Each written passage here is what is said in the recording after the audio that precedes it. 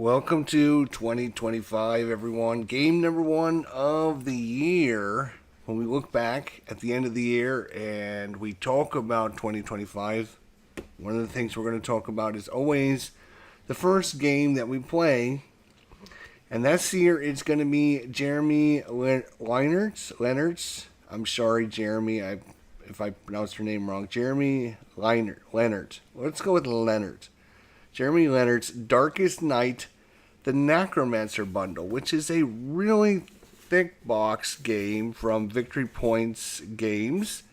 And the cool thing about this is it's the first edition. We've played the second edition. The second edition is so sweet. It's beautiful. And there's so many characters. It comes in like a big box and everything is awesome.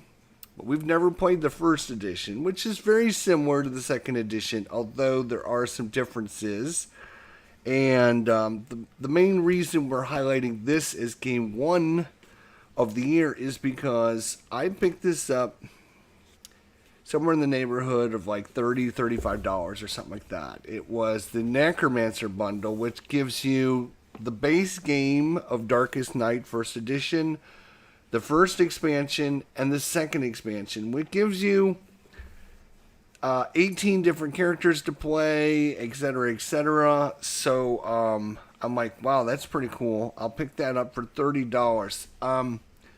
You can't find Darkest Night Second Edition unless you pay a premium amount right now. I don't know if they're re-releasing anything. I don't know anything about this game other than my history with it.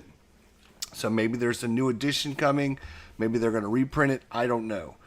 But right now, Darkest Night is hard to find. You can't find it anywhere. It's just not available. And so the only thing you can get is the first edition, which is, again, really great stuff. You're going to see it here in a second. And like I said, it's pretty cheap to get into. Like I said, I spent $30 or $35 on this bundle, and it was this Necromancer bundle plus one of the extra characters. You can buy extra characters on the side, and so I got this bundle and another character. So I have 19 characters that we're going to be, possibly playing with this. And if you have expansion 1 and 2, it adds in the quest mode, which was one of the things that was originally missing from the base game of Darkest Night First Edition. And now, if you add in Expansion 1 and Expansion 2, you will get the quest mode. So that's great as well. So, without further ado, I'm just giving you some background why we're choosing this game as our number one first game of 2025. It's because it is one of the greatest values. Excuse me. Oh my gosh. One of the greatest values in board gaming. For $30 or $35, you get this awesome game. Yes, it's first edition, but it plays almost as good as second edition for about a tenth of the price. Like, literally, second edition is going for somewhere between $150 and $250, depending on, where you're getting it from. So if you can get this for $30 or $35, the Necromancer bundle, are you kidding me? You can get the base game for like $17 on Noble Knight. So if you haven't played this game, if you don't know anything about this game, hopefully this will play through. We'll show you what it's like. It's a very hard game to play. Or I'm sorry, it's a very hard game to win, not hard to play. Very simple to play. In fact, it might be too simple, which is kind of the downside for this thing. Is it is a little bit on the simpler side, but all the different character choices and the different options with the characters and just how everything unfolds tells a great story. I really like this game, and you might see Darkest Night Second Edition on my top 100 board games of all time, starting tonight at 7 o'clock p.m. All right, without further ado, let's take it to the table and show you what this game is. So first of all, I'm going to take this stuff off because I think this is important to show you guys. This here is a 3-piece one of those particle board maps, which is awesome. This is better than the second edition map. I like this. To be honest, I like this better than I like my second edition map. It's perfect size. It folds out like that. And the other thing that it comes with, and this is super cool as well, is it comes with all of the little miniatures for all the different characters and the Necromancer, which I'm going to show you over here on the side camera. And they have these nice little standees and little artwork, and they're probably, you know, part of that cork board, particle board, and they're very thick, as you can see. And nice artwork, and they stand up on the board. They look great, and of course, all the other characters come as well. So I don't know if this is part of if this came in the base game or if this is part of the expansion. I'm not sure, so just keep that in mind. You might want to. I'm only showing you what I got in my Necromancer bundle, plus the one expansion. We have one of the characters, the Enchanter. The Enchanter was an extra character that was in this bundle, so I have 19 different characters to play. All right, so that is the Necromancer. What I thought I would do is lay them down, because standing them up, you probably can't tell who's who. So I thought I would lay the characters down so the overhead camera would have a pretty good idea of where things are. We'll go over the rules and stuff like that in a minute. But before we do any of that, we have to figure out what kind of characters we're playing with. Right? So we have to find the characters that we're playing with. So what I'm going to do is, I've got, as I mentioned, I have 19 different characters. There's the Scholar, the Prince, the Knight, the Priest, the Nymph, the Enchanter, the Wind Dancer, the Ranger, the Rogue, the Druid, the Seer, the Monk, the Crusader, the Acolyte, the Scout, the Wayfarer, the Paragon, the Shaman, and the Wizard. So, all kinds of different characters. As you can see, each one of these characters has a deck of 10 cards. So the Wind Dancer, here's her deck of cards, as you can see. And then each of these are special abilities that character can use, and you know, kind of alter or change the game. Now they won't. They will get. There is going to be 4 starting cards for this character. You can see it's got highlighted with its symbol in the top right-hand corner. These are its starting cards. You're going to choose 3 of the 4 characters, or 3 of the 4 cards, and let's just say we choose those 3. You're going to take the extra character card, you're going to shuffle it into your regular stack, and then these are other powers that they can get throughout the game. And as you can see, again, for $35, I've got a stack of character cards, I've got another stack of character cards, we've got all these other cards that come into play. These here over here are the blights. These are how the Necromancer in the game works against us. We'll talk about those here in a minute, but first, let's find out which 4 characters we're going to be playing with. I'm just going to randomly shuffle these up.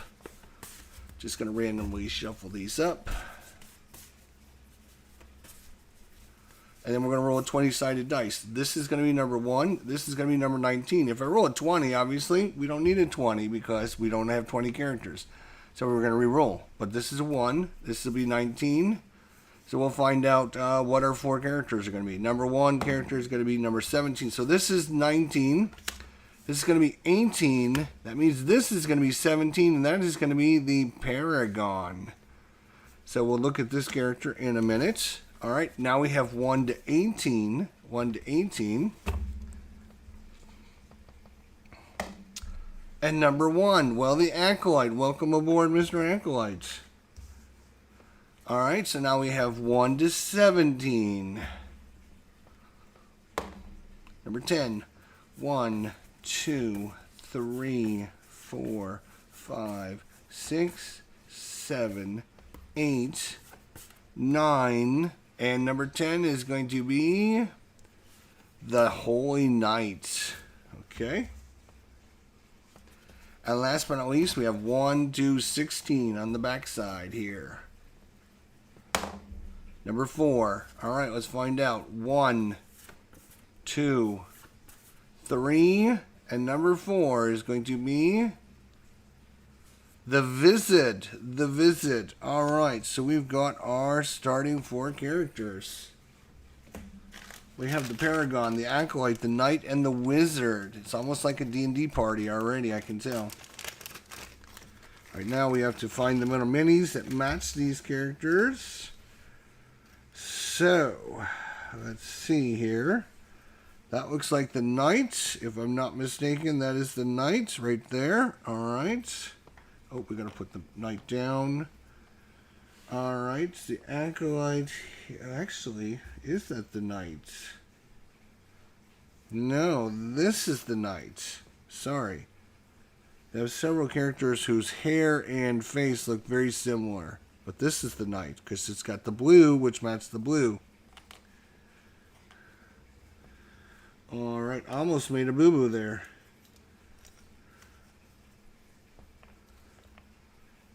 Where is the rest of the characters now?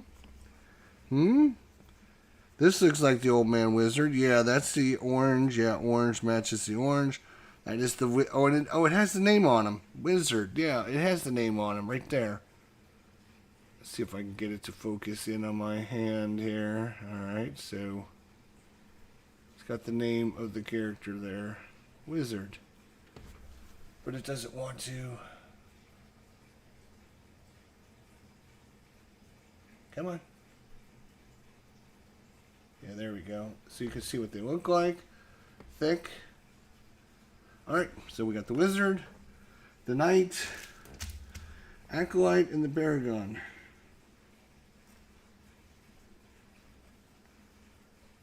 Paragon. Paragon.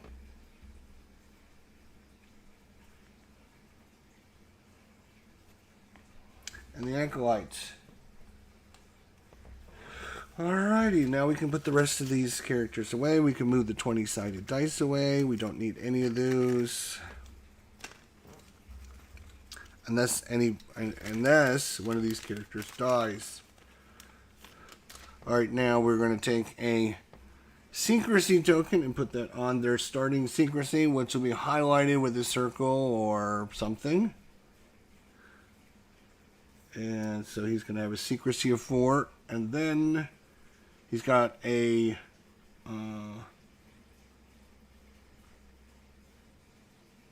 3. What is that value? Is it called?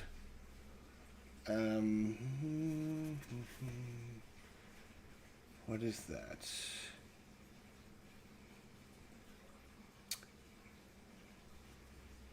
Yeah, I'm just trying to get the actual terminology. It's basically your hit points, your life force, your there we go, grace and secrecy. Grace, so it's your grace. So basically in this game, if a character hits you, you die. It's over, it's dead, you're done, right? But you can spend a grace to ignore that effect. So, like, if we fight a skeleton and the skeleton hits us, we die, but we can take a grace to basically prevent us from dying. So, it's kind of like hit points, but it's done a little bit differently, I guess.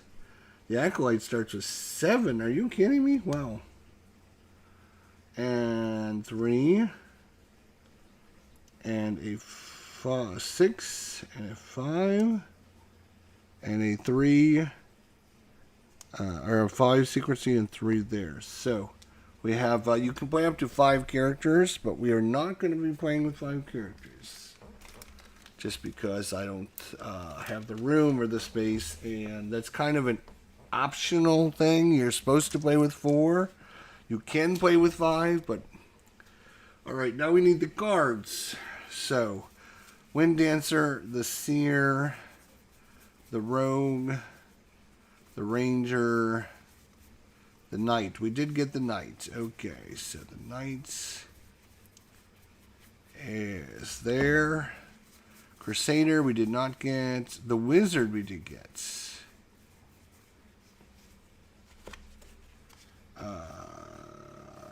Scholar, no. The priest, no. Okay, so that's that group. Then we have the prince, the acolyte. Here we go. Acolyte. Acolyte there. The nymph, the scout, the wayfarer, the paragon. There we go. Paragon. And we'll be done. There we go. Put this into play.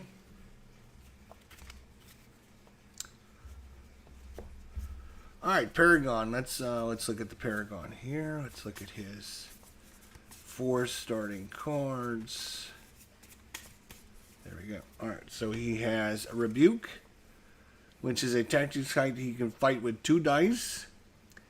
If you have any active auras, you must deactivate 1 and add 3.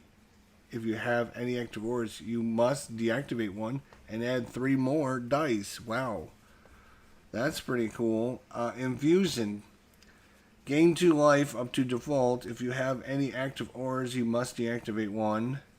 And all heroes in your location, including you, gain 1. Wow, that is a great healing power. Who is this? This is the Paragon? Wow. Steadfastness. +1 die on rolls to defend against blights. And +1 die when attempting a quest. Those are both great powers. Aura of alertness. Activate. So you activate it. And then it's active. All heroes in your location roll +1 dice when looting. Okay, I know a lot of this probably isn't making sense to everyone out there, but I will...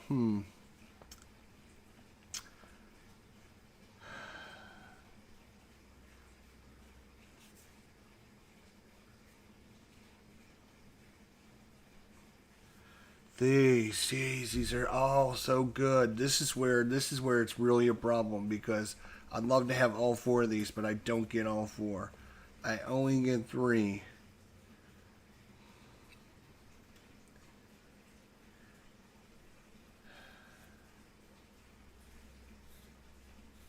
I'm actually not going to take my aura. I think I'm just not going to take my aura. So we're going to take the Rebuke, which will give us a fight with 2 extra dice. And then we can gain 2 life. And then if we have an active aura, we would get to let our allies heal as well. And Steadfast get to roll an extra dice when defending against a blight or when attempting a quest. So those are going to be the 3 cards the Paragon has in play. I will take his extra card and the other cards in his deck, and I will just shuffle it up. And I think what we're going to do is just stack all the cards over here. You don't use a whole bunch of cards. This is not like a deck building game or anything like that. You might, if you're lucky, get 1 or maybe 2 more cards through your whole playthrough. You might get 1 or 2 more cards. Alright, let's look at the Acolyte now. The Acolyte has these 4 cards. False Life. Exhausting time while not in the monastery to gain 1 life. So basically gets himself free healing. Exhausting time to ignore Blight's effects until your next turn. That's really nice. Exhaust after a Necromancer movement roll to prevent him from detecting any heroes. That's really good. And then fight with 2 dice or 3 dice. If any die comes up with 1, though, you lose a life. Ooh. Alright. I am going to use... I'm not going to take the final rest because that's a little too risky. It's the Acolyte. We're going to have to slide this over a little bit. The Acolyte.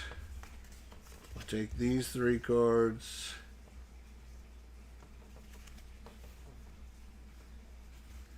Alright, and then we will shuffle his other cards up.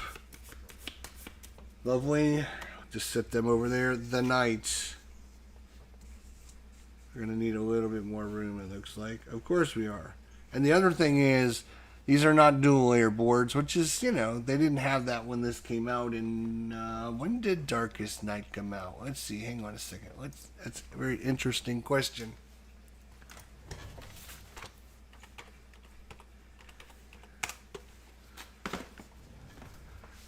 Darkest Night First Edition came out in 2012.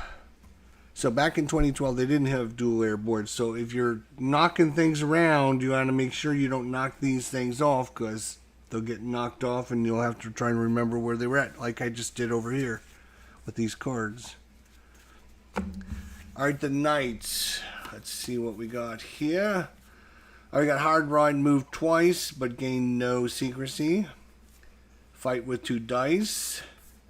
Elude with 2 dice. And an oath. If any oaths are active, activate until you fulfill your or break your oath. +2 in fights when attacking blights, and destroy a blight, you gain 1. And then if you, okay, we're going to take the Earth of Purging. That is good.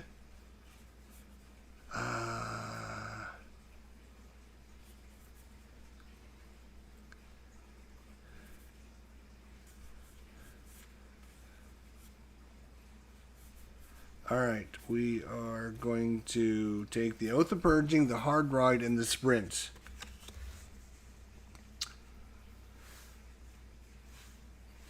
So you guys can see, just in the setup here, how different every game could be. You could choose different cards to start with. Now you do have to use, you only have certain starting cards. So you have to choose 3 of the 4 from your starting hand, but as you progress through the game, we are going to earn other cards, and you can see there are a lot of other cards that you may or may not even see in this playthrough. Plus you have 18, in our case we have 19 different heroes to play. So, alright, and for the Visit, we have Invisibility activate. When you activate, you get +2 when eluding. Deactivate and exhaust if you fail a combat or use another tactic. Okay, Lightning Strike. Fight with 3 dice. Exhaust if you succeed. We want that. Teleport. Exhaust to move directly up to any location, gaining 2 secrecy. Oof, that is very good as well. And the Rune of Nullification. Deactivate all runes. Activate and choose the type of blight. That type of blight has no effect. Oh my gosh, he's got some good powers. Oh my gosh. Oh my gosh. I have to get rid of one of these cards. I don't want to get rid of any of these. These are all so good. The only one maybe is Invisibility. I'm going to get rid of the Invisibility, I think. We're going to keep the Lightning Strike. We're going to keep the Teleport. And the it is in action. Okay. And the Rune of Nullification. Okay. That's what we're going to do. Now here's the only, and I'm talking about the only problem playing this game. It plays great solo. The only problem with playing it solo is that you have to remember your other character's powers when you're doing things, because they might help or hurt you, or, you know, cause things to happen. So that is our 4 characters. We do have little tokens here to have them set up. And again, there's a 5th token which comes in one of the expansion 1 or expansion 2, gives you the 5th player, but we're not playing with the 5th player because, again, you're supposed to play with 4. Alright, last but not least before setup, it comes the bad part, where we have to now seed the deck with all the bad stuff that the Necromancer has caused in the lands. And there we go. We will... This is a great, great game. I really like the 2nd edition. I was going to play it, And I happened to be on Noble Knight, and I saw that this game was like $30, and I was like, what? That's crazy. I should pick that up just so I have a spare copy, because again, you can't find the second edition unless you're going to spend $200 to $250. I'm like, I can pick this up for $35. Sure, I'll pick it up for $35. Why not? Maybe it'll have some characters that the second edition doesn't have. Well, lo and behold, look at all the stuff you get. This player board is awesome. I love it. You have all the tokens for all the different characters. It's great. The nice tokens for the blights. This is not cardboard stuff. This is the big particle board stuff. This is awesome. Alright, so what we have to do now is we've got to shuffle the map deck. Alright, cut. Here we go. This is the guard right there. That's hopefully going to be not a bad card. I'm going to get out my little tweezers because trying to grab these things I'm going to be knocking them all over the place. Anyways, what you do is you look at each of the different locations and you put the blight there in that location. So in the mountains, we're going to put the shroud. Just one shroud in the mountains. Then in the castle, we have the unholy aura. In the castle, we have the unholy aura. Okay. In the village, we have the skeletons. That is in the village.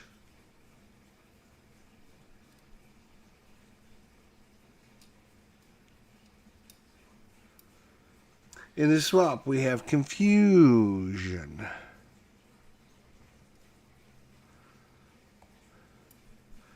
In the forest, we have dark fog.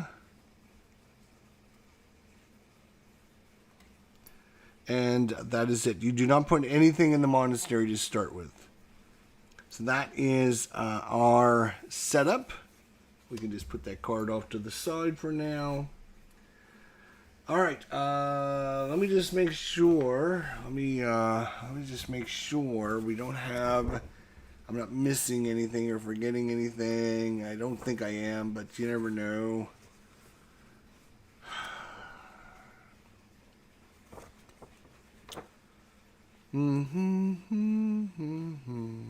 Necromancer forces. Place a standing necromancer. Put the darkness out. There's a darkness track, which you will see is this token here is on the darkness track. This is basically the timer of the game. When this gets up to 10 or higher, the necromancer will create 2 blights in a location that doesn't have any blights. So that's bad. And then if it reaches 20 or higher, he creates an extra blight when his movement dies or 1 or a 2. If it gets up to 25 or higher, all blights have +1 in their difficulty. And then if 30 or higher, anytime we need to increase this higher than 30, you put a blight in the monastery. The ways for us to lose is if there's ever 4 blights in the monastery, we lose immediately, game over, see you later, come back and play again some other time. The way we win is by defeating the necromancer. I know, crazy things, but the only way to defeat the necromancer is to capture ourselves a holy relic. The way we defeat the necromancer is we must roll 7 or higher on a die. Well, you will notice we're playing with a 6-sided die. So to roll 7 or higher, you could literally roll 1,000,000 times and not get 7 or higher on a 6-sided dice. It is true. I'm just crazy, I know. Right? Look at that. Still no 7 or higher. The way you get 7 or higher is if you have a holy relic in your possession and you attack the necromancer. The holy relic will give you a +1 to your die roll. So you will need to roll a 6, and have a holy relic to be able to defeat the Necromancer. Necromancer only has 1 life. All we need to do is complete that. The way to get these are to go out in the world and scout, and when we scout, there will be items that we will find, such as keys, vanishing dust, treasure chests, empathy, treasure chest, or keys. The way to get a holy relic is to have 3 keys in your possession and go and find the holy relic. You must find the holy relic. We don't even know where the holy relics are, but if we have 3 keys, we can search and find a holy relic, and then we can take that into our possession. Problem is, when you have a holy relic in your possession, the Necromancer knows pretty much where you're at, and he will hunt you down to try and kill you.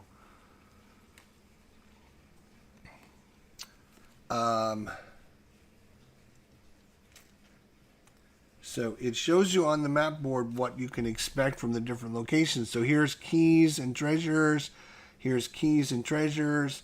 Here's treasures and other things. And then over here are keys and more keys. So where are we? This goes back here.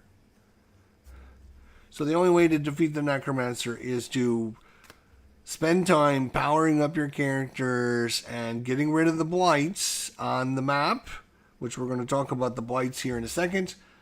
Then finding areas to search to find the keys. Once you find the keys, you can then find the holy relic. When you find the holy relic, the Necromancer will come after you, but you will have just a few minutes to go in, hopefully kill the Necromancer.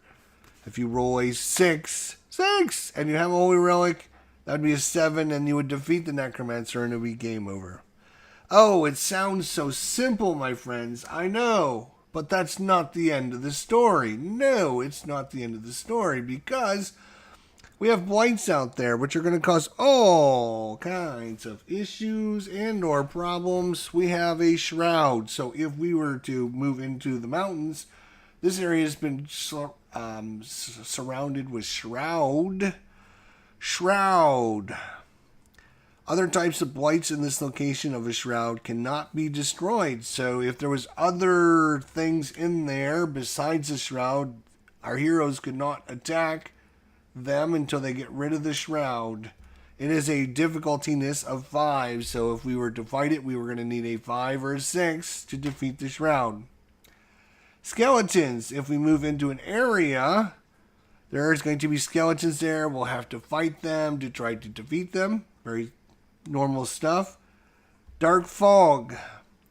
The search difficulty in this location is going to be increased by 2. You will notice the search difficulty is a 4. So it's going to be increased by 2. So if you wanted to search this location because the dark fog is there, it's a +2, so you're going to need a 6. We didn't put anything in the ruins. Why did we not put anything in the ruins? The evil presence. We should have put one in the evil presence. My bad. Evil presence. What do you do with the evil presence? Evil presence is one of the expansion ones, I think. No? Evil presence, sorry. While a hero is in the affected location, he rolls 1 fewer dice when eluding monsters. Okay. Confusion. While a hero is in the location, his tactics powers, so anything that says tactics on it, like this card, are blank. They have no power because he's confused. And last but not least, we got the Unholy Aura. While hero is in this affected location, he rolls 1 fewer dice when fighting. Great! So all of those things are happening. Now, we also have this massive deck of cards that are going to have different events happen. So every turn when the Necromancer does his thing, he's going to move around the board and he's going to cause bad things happening. And what, pray tell, can our heroes do to overcome all these obstacles to Necromancer, all these blights, and all these bad things that are going on? They have, let me tell you, a single action to take every single turn, which means if you move, you're done. You cannot do anything else. So you have one and only one action to take every single turn. Now, you might be able to do things on your cards that is an action that might give you the ability to move and attack. But if you don't have that ability on your card, you can only do one thing, which is moving, searching, fighting, resting. What else can you do on your turn? Let's see. What other things can you do? I think that's pretty much all that you can do on your turn. It doesn't list everything on the back of the book, but that's okay. So that's pretty much what you can do on your turn.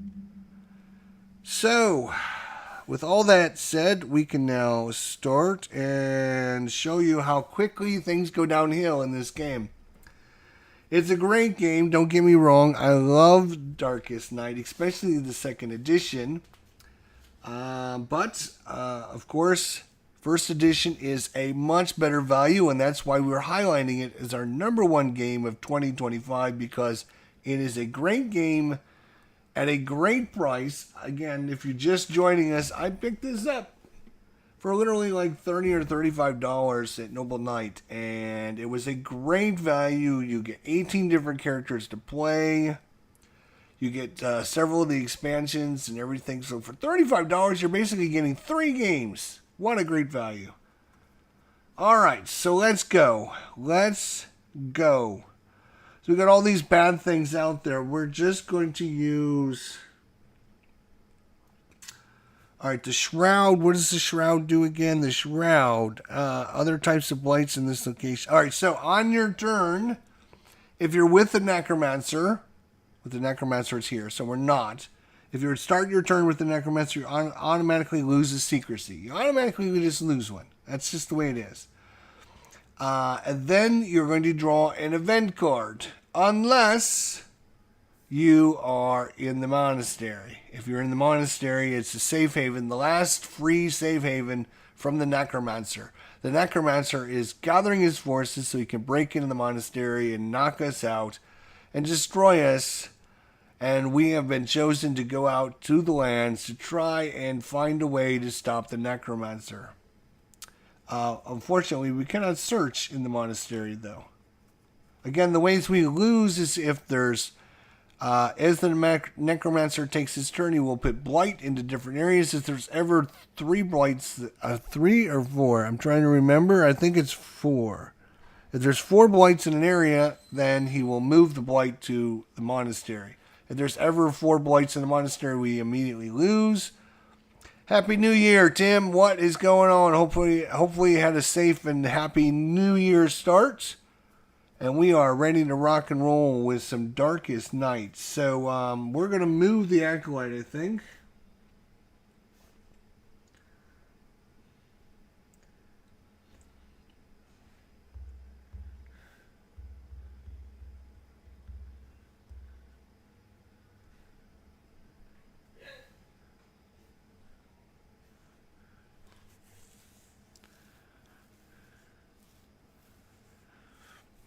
Yeah, I don't see a way around it. So what I'm going to do, I'm simply going to, I'm going to take the Paragon, I'm going to move him up into the mountains. So you can see there's like little trails. So I can't move from the monastery over there. It would basically take 2 moves, 1, 2. So, and then you can move here or here. There's basically 7 areas on the map. 1, 2, 3, 4, 5, 6 bad areas and the monastery. So there's 6 bad areas and the monastery. So I'm going to move him up there in the shroud. His turn is done. Who's going to go? I think I'm going to send the knight up there as well. So the knight's going to go up into the shroud as well. Actually, no, the knight is going to come over here to the village. All right, and the knight is done. And you can take whichever order you want with your heroes. It's no problem. Acolyte. Oh, Mr. Acolyte, what are you going to do? Oh, when you move, you actually earn a secrecy because you're, the Necromancer don't know where you're at. So the Paragon moves, so he's going to gain 1. And the, is it,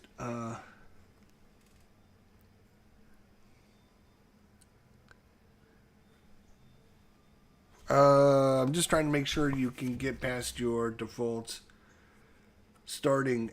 You might not be able to. Let me just double check because I don't want to tell you something that's wrong. I don't want to tell you something that's wrong. And this is a really good rule booklet, by the way. Managing here. Activating powers. It's powers. I don't want powers. I want movements. Travel. Oh, you can only move, or you can only gain up to 5 with your secrecy. Right. I knew there was something about it. So if he's at 4, he will go up to 5, which is good. The knight is already at 6, so he doesn't gain 1. The acolyte. The Acolyte is going to move down here. He's already at 7, so he doesn't gain any. And then his turn is over, and we have the Wizard. Oh, Mr. Wizard, who would you like to go with? I think he's going to come over here with the Acolytes. So that's it. That's all we get to do in the first, basically, turn is moving, trying to prevent bad things from happening. And that's it. That's the end of our turn. Now, at the end of your turn, if you're in an area with...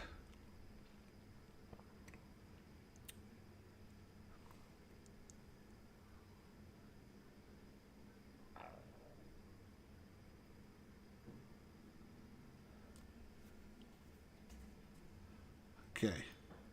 Oh, it even has the information on the back of the tokens. Dark Fog. +2 search difficulty. If you fail, you lose a turn. Okay.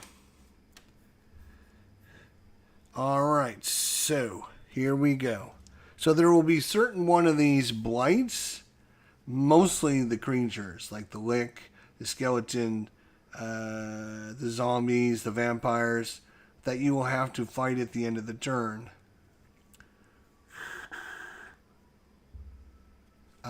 Let me just double check.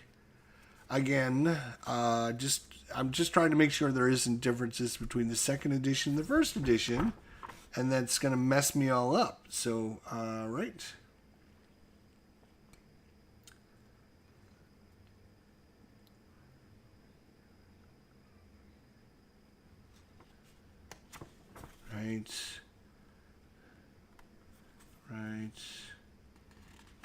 Right.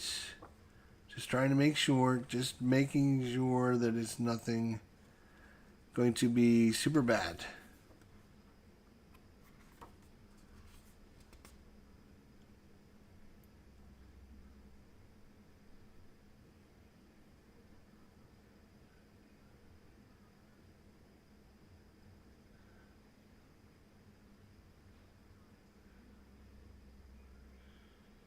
Search. Alright, so the things you can do are travel, hide, attack, search, pray, and retrieve a holy relic. And use a power. Those are the things you can do.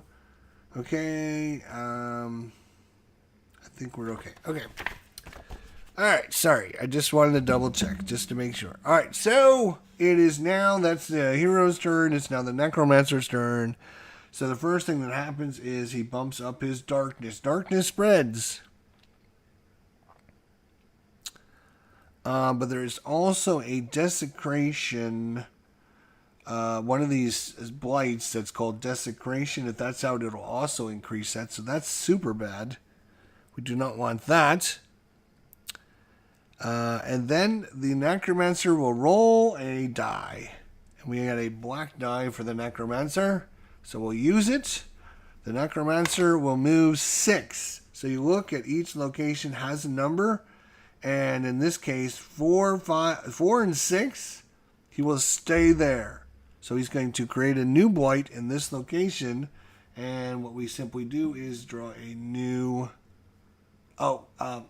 So we use the 6. We use the 6 to find out if the Necromancer will move towards the heroes, if he sees any of the heroes. And in our case, he has to beat the heroes for him to see them. So the knight has got a 6, so he doesn't see the knight. But the wizard has got a 5, and the acolyte has a 7, and the paragon has a 5. So the paragon and the wizard have been spotted by the Necromancer. So he will move towards those creatures. The paragon, which is over here, or the wizard, which is over here. So he will move towards the closest detected. So this will be 2 spaces to get over there. So he's going to move over here, actually. So he ignores staying there. So he's going to come over here into this location because he detects the wizard. Even though the wizard has a 5 secrecy, he rolled a 6. 6s are bad. Boo. So he's going to create another new bad thing in this location for us to deal with. And the Necromancer is going to look in the forest, and he's bringing some skeletons with him. So he's brought some skeletons that we are going to have to deal with on our turn. That's not great. So congratulations, Mr. Necromancer.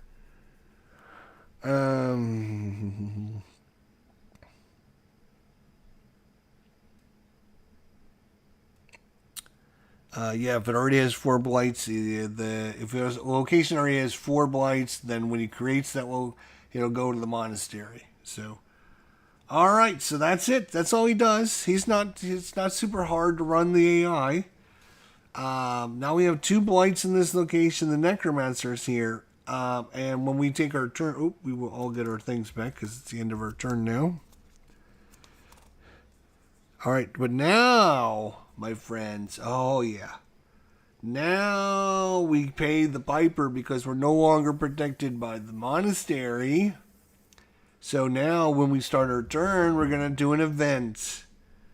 So let's start with the wizard. Let's start with the wizard.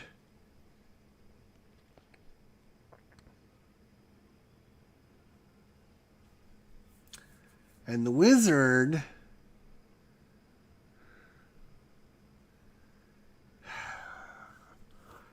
is going to automatically lose 1 secrecy because he's starting with the Necromancer.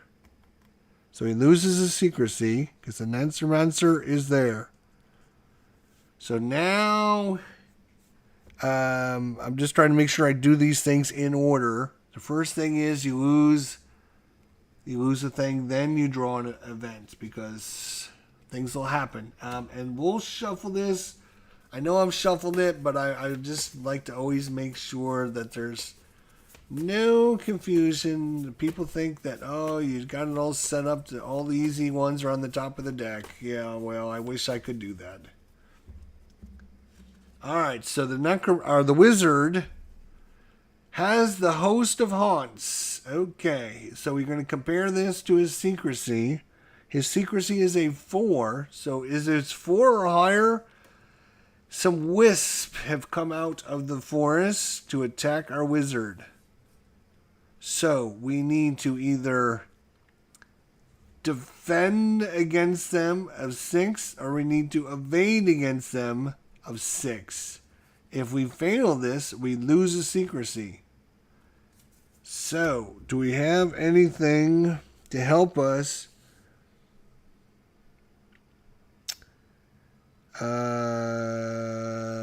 No, I do not have a single thing that'll help us with either one of these. Defending or evading. A lot of characters do have. I know the knight has got some things, like he gets 2 extra dice to evade. So in this case, you only roll 1 dice. That's all you get. You get 1 dice. That's it. Unless you get a power or something that might give you extra dice or +1 or whatever. So he's got a 1 in 6 chance.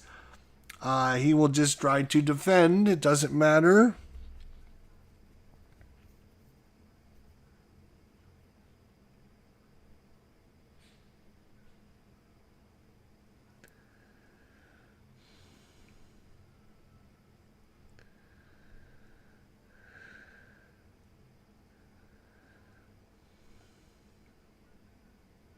All right. Let me see. What is this unholy aura? When here.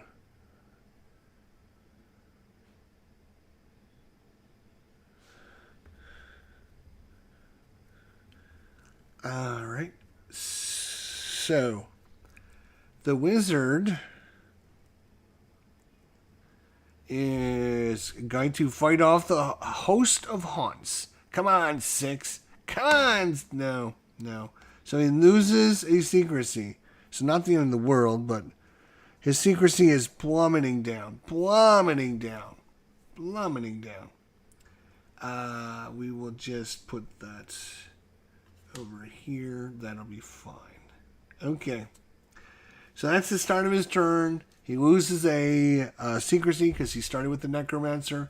Then he has an event. Then he can take 1 and only 1 action. So if he was to stay here and fight the skeletons or stay here and fight the dark fog, then yeah. But the wizard is going to get the hell out of Dodge, and he is going to teleport away. Action. So it is his action for the turn. He doesn't get to do this and something else, unfortunately. Exhausts his card, so he's only going to be able to do it once. Exhaust to move directly to any location, gaining 2 secrecy up to 5, which is good.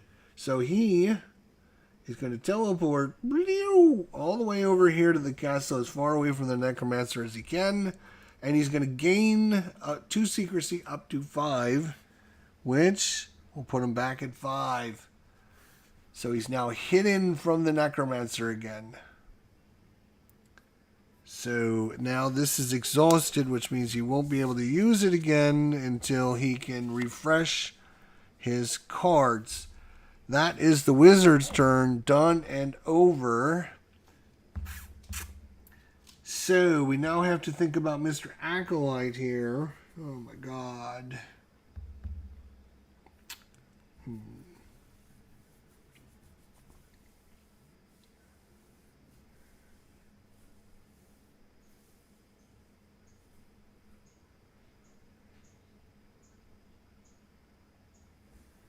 Oh, you know, I forgot. This guy has a special ability to prevent the Necromancer from rolling to detect heroes. So he could have prevented that, but it's kind of early in the game to do that, I guess. I think. I don't know. Who knows?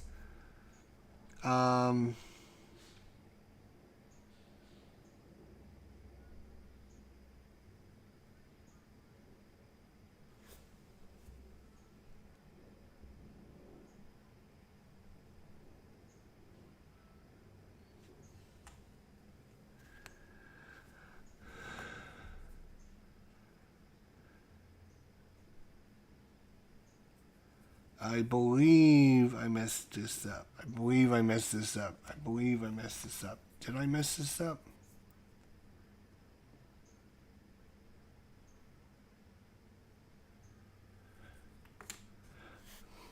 I'm just trying to make sure I didn't mess it up. So give me a second. I'm trying to make sure. I know, like, the skeletons and...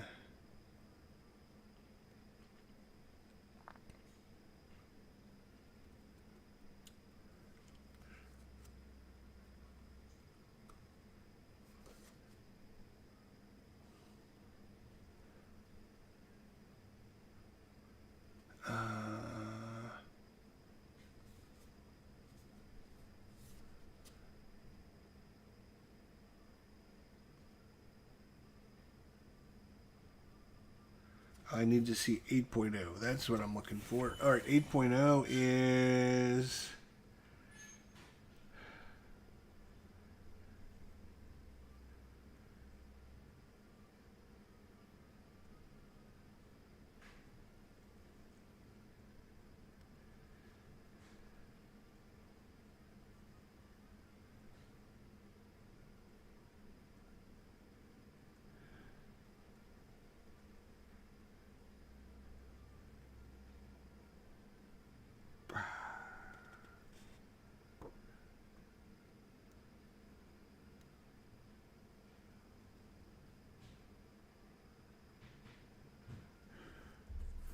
Yeah, I'm just looking. Sorry, I'm just trying to make sure that I know in the second edition that these blights will attack you if you stay in the location as it. And I'm just trying to see if this first edition does that as well. Blights have many different outcomes.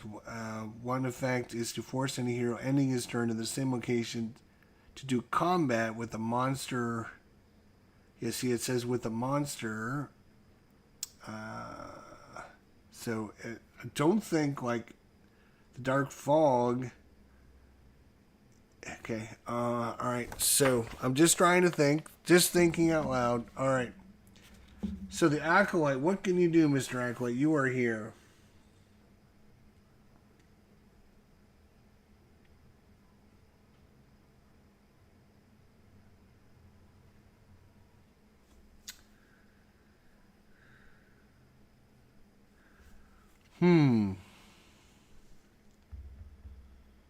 So he is starting his turn with the Necromancer. So he will lose a secrecy. Then he will get an event card. So that's the first thing we got to do before he even does anything. Oh my God. He is attacked by a Lich. So Lich has come out to help the Necromancer out of the shadows of the forest to attack our poor Acolyte. And he needs to defend with a 5 or evade for a 5.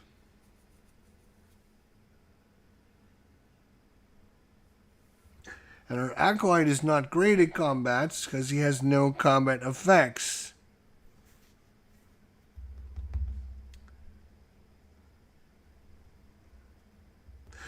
So he will try to defend against the Lich. He needs a 5 or higher on 1 die.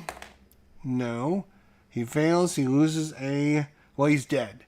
He's just dead. Now, again, that's the way the game does things. You just you die on an attack. But you can prevent your death by using a grace.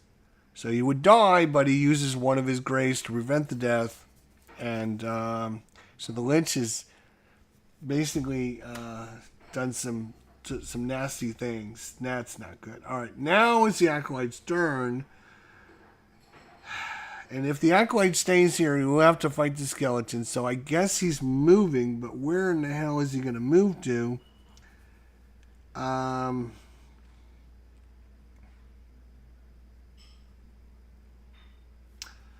The Acolyte will move back to the monastery. I think it's just not a great situation right this minute.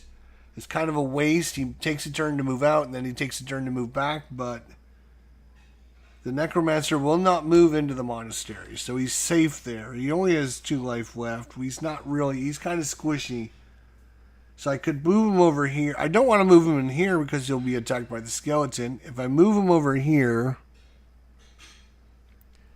he's going to roll 1 fewer dice when evading an enemy. You know what? That might be a good option, actually. What's that? My beef sandwich. Yeah, I'm gonna take a break in like 10, 15 minutes. How long is it gonna take? Not very long. Huh? Not very long. Okay, yeah, go ahead. Yeah. I'll take a little break. That's fine. All right. So we're gonna take a break here in a little bit. Hopefully we'll get a few more turns in here. All right, so if I bring him over here instead, keep him in the fight. You know what?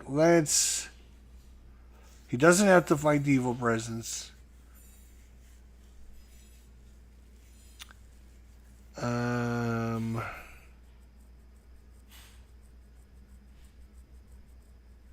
So that'll be his turn. Unfortunately, if you move, you're done. Now we can actually get some stuff done. Yay, Farnley. Woo! Now remember, the Necromancer is going to be creating a blight every single turn. So if we don't kill at least one blight every single turn, there's going to be continuing more and more and more and more and more blights on the board, which is not going to be a good thing. So the knight on his turn.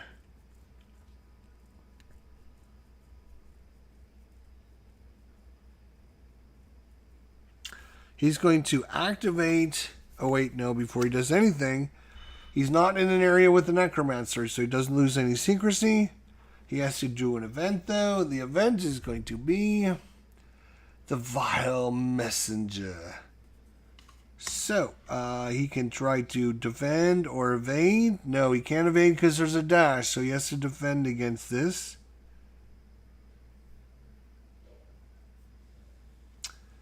And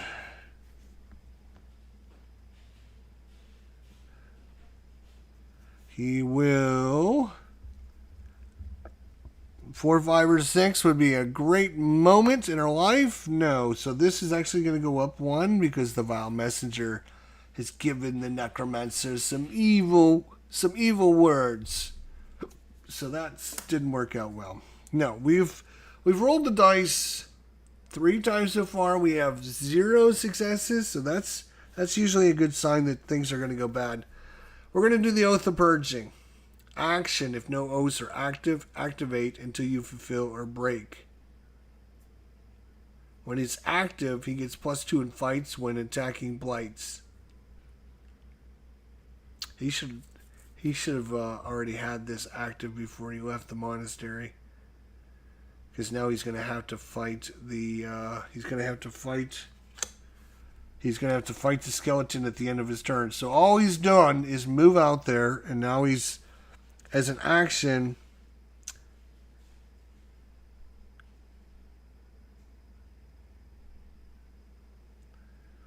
he's going to activate this until he fulfills it. His oath is to purge the evil. So at the end of his turn, he's with a skeleton. He must defend against the skeleton. And that is just a... When the blights attack...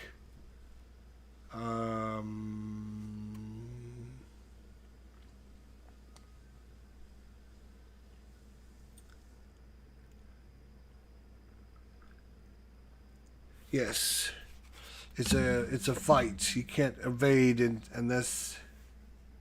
Wait, no, that's wrong. That's wrong. You can't evade. He will. Yeah, he will. Let's see what this skeleton. So it's 4 to attack, or 4 to evade.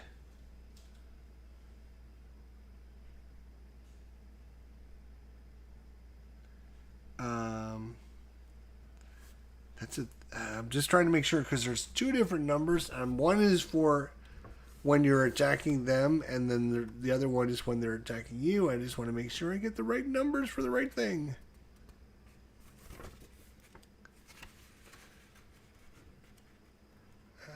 And it is somewhere, I'm sure.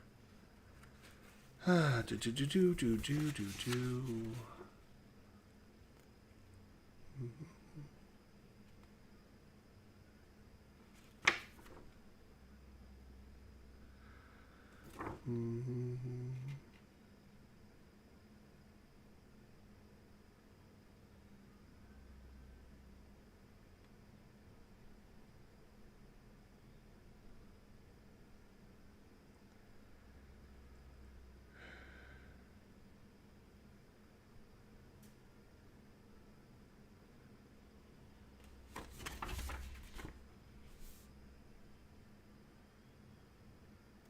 Oh, right.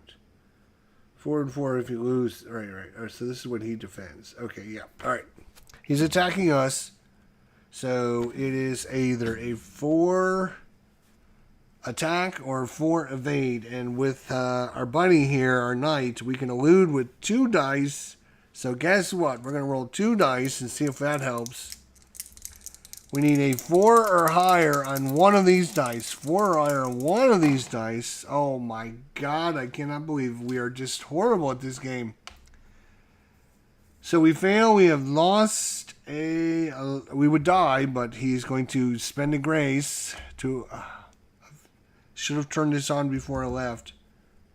Alright, that's my fault. So that's the knights, and things are not going well as usual. This goes downhill really quickly when things don't go well. Paragon. He would like to get rid of that shroud over there. It is a might of 5.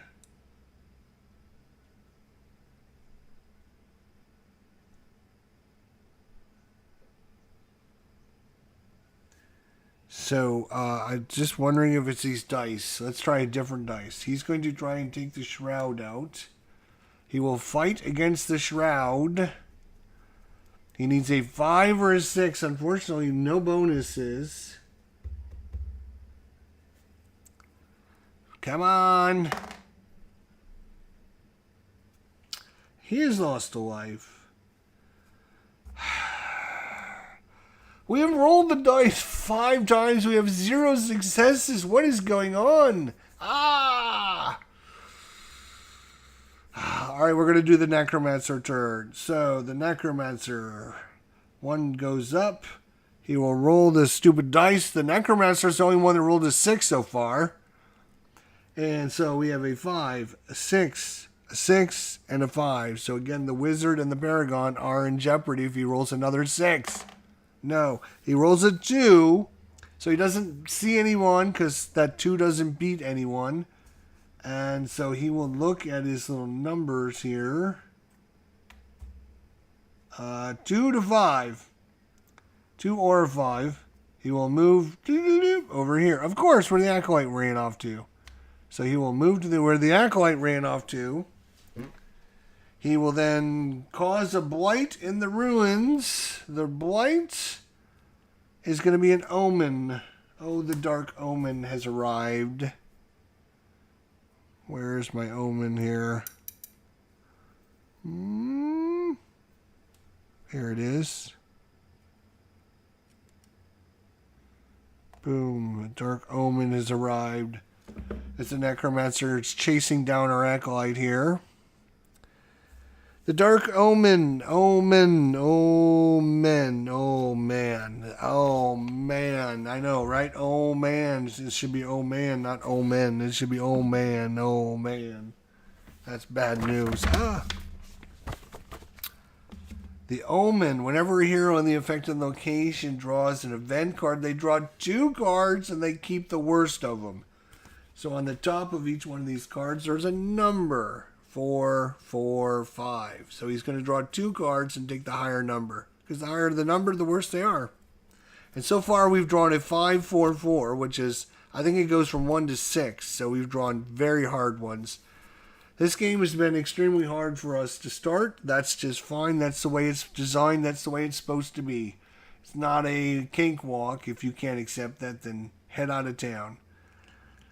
Let's see. So we put the Omen there. We got the Evil Presence there. And that is the end of the turn. Now you will notice we've only played 2 turns. There's now 1, 2, 3, 4, 5, 6, 7. No. 1, 2, 3, 4, 5, 6, 7, 8. We've got 8 blights on the board now instead of 6 because we haven't cleared anything. We haven't done anything. We've used up a card, and that has been the only thing we've done the whole game so far. Oh my gosh. But it does go very quick when you're not sitting there explaining things because we get all of our guys' tokens back, and now, like the wizard can try to get rid of this unholy aura. Maybe. Unholy aura. What is it going to do again? Let's just double check.